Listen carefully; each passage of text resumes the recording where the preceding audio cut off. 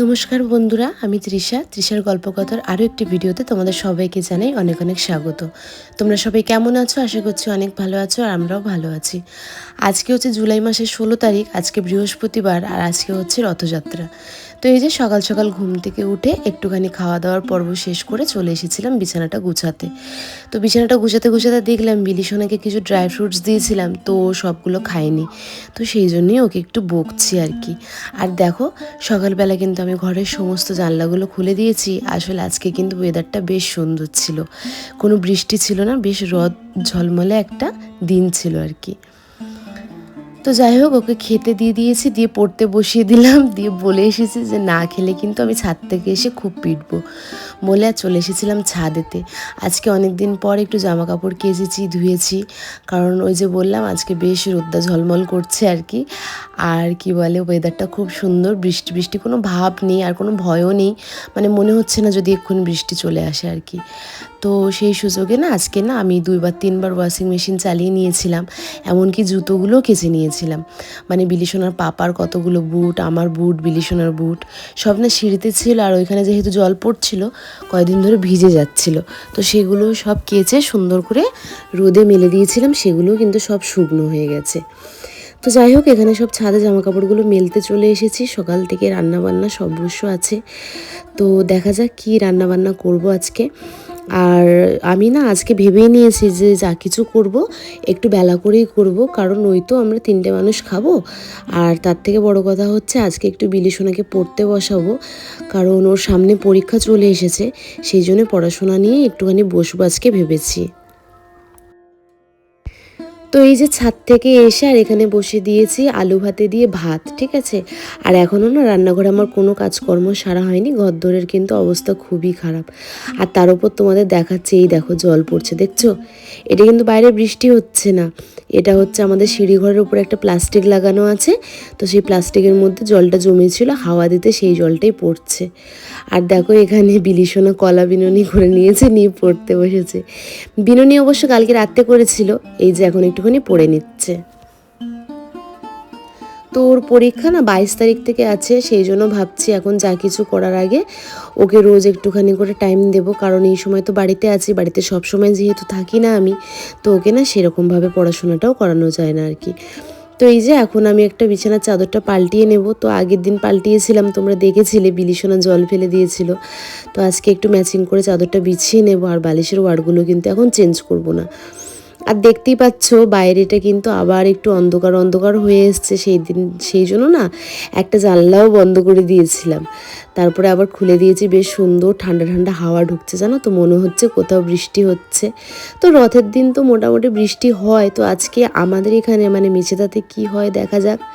তো এখনও পর্যন্ত তো হয়নি। ওই যে সকালবেলা আলু ভাতে ডিম সেদ্ধ আর ভাত বসিয়েছিলাম, আর একটু না ডাল সেদ্ধ করেছিলাম, তো ঘি দিয়ে মাখিয়ে বিলিসোনা আর আমি খেয়ে নিয়েছি, আর ওর পাপা এখনও খায়নি। ভাবছি একটুখানি মাছ ভাজা করে দেবো, তাহলে ওর পাপা খেয়ে নেবে। আমরা যেহেতু ডিম সেদ্ধ খেয়েছি না, তো সেই জন্য কিন্তু আর মাছটা ভাজা করিনি। তো বিলিসোনাকে পড়ানোর পর ওই 11:30-12টার দিক করে আমরা ভাত খেয়েছিলাম, সেই জন্য আর এখন খাওয়া দাওয়া করবো না কোনো কিছু। এই যে ঘরদোরগুলো এখন সুন্দর করে পরিষ্কার করে নেব। আর কয়েকদিন তো ঘরদোর মোছা হয়নি, যেহেতু আমার ঘর একদম শুকায় না, খুব চ্যাটচ্যাট করে, মানে একটা জল জল ভাব থাকে আর কি, যেহেতু হাওয়া বাতাস সেরকম ঢোকে না, তো সেই জন্য। রোদ তো বাদই দাও, হাওয়া বাতাসও তো সেরকম ঢোকে না। তো আজকে ওয়েদারটা একটুখানি যেহেতু ভালো আছে, আজকে ইচ্ছা আছে না ঘরদোরটা সুন্দর করে ঝাড় দিয়ে মুছে টুছে একদম পরিষ্কার করে নেব। তো চলো তোমাদের সাথে কথা বলতে বলতে এদিকে দেখো আমার বিছানার চাদরটাও কিন্তু পাল্টানো হয়ে গেছে, আর বিছানাটাও কিন্তু সুন্দরভাবে গুছানো হয়ে গেছে। তো সকালে যেসব জামা কাপড়গুলো শুকাতে দিয়েছিলাম, যেহেতু মেশিনে ধোয়া, তো বেশিক্ষণ না শুকাতে লাগে না, ঝটঝট করে শুকনো হয়ে যায়, তো সেইগুলো তুলে নিয়ে এসে আবার মেলে দিয়েছি। এরকমভাবে মোট আজকে 3বার মেশিন চালিয়েছি। তো সব এই যে তুলে নিয়ে চলে এসেছি, সব না মানে লাস্টবার যেইগুলো কেজেছি সেইগুলো এখনও মেলা আছে, বাকি সব তুলে নিয়ে চলে এসেছি। তো যেহেতু একবার খাওয়া দাওয়া হয়ে গেছে, এখন খাওয়া দাওয়ার চাপ নেই, তাই ভাবছি এই যে ঘরদোরগুলো একটু পরিষ্কার করে নিই। আর এই যে বাইরের বিছানাটা এরকমভাবে পড়ে থাকলে না খুব খারাপ অবস্থা আর কি, মানে কাজকর্ম করতে করতে তো এইখানেই বসি, এখানেই যাবতীয় যা কিছু করি, তো ওই জন্য ভাবলাম আগে এই জিনিসগুলো সুন্দর করে গুছিয়ে যে যার জায়গা মতন ঢুকিয়ে দিই। তো এটা রথযাত্রার দিনের ভিডিও হলেও তোমরা পাচ্ছ আজকে রবিবার, তো রবিবার দিন সকালবেলা আমি এখন ভয়েস ওভার দিচ্ছি। আর তোমরা আমার গলাটা শুনে বুঝতেই পারছো যে আমার গলাটা একটু ধরা ধরা। আসলে আমার প্রচুর পরিমাণে জ্বর আর ঠান্ডা লাগা আর কি লেগে গেছে, কি বলবো। আমার চোখ মুখ সব ফুলে গেছে আর গলার অবস্থাও খুব খারাপ, টনসিল ফুলেছে, কিছু খেতে পাচ্ছি না। তার উপরে জ্বর, গা হাত পা যন্ত্রণা। আর আমি তো ওষুধ খেতে পারি না খুব একটা, যেহেতু আমার প্রচণ্ড অ্যালার্জির ধাত। আমার প্যারাসিটামল খেলেও না অ্যালার্জি বেরিয়ে যায়, এমন একটা অ্যালার্জির সমস্যা। তো এই সমস্যাটা কিন্তু আমার আগে ছিল না, বিলিসোনা হওয়ার পর থেকে, মানে সিজারের পর থেকে কিন্তু আমার এই সমস্যাটা।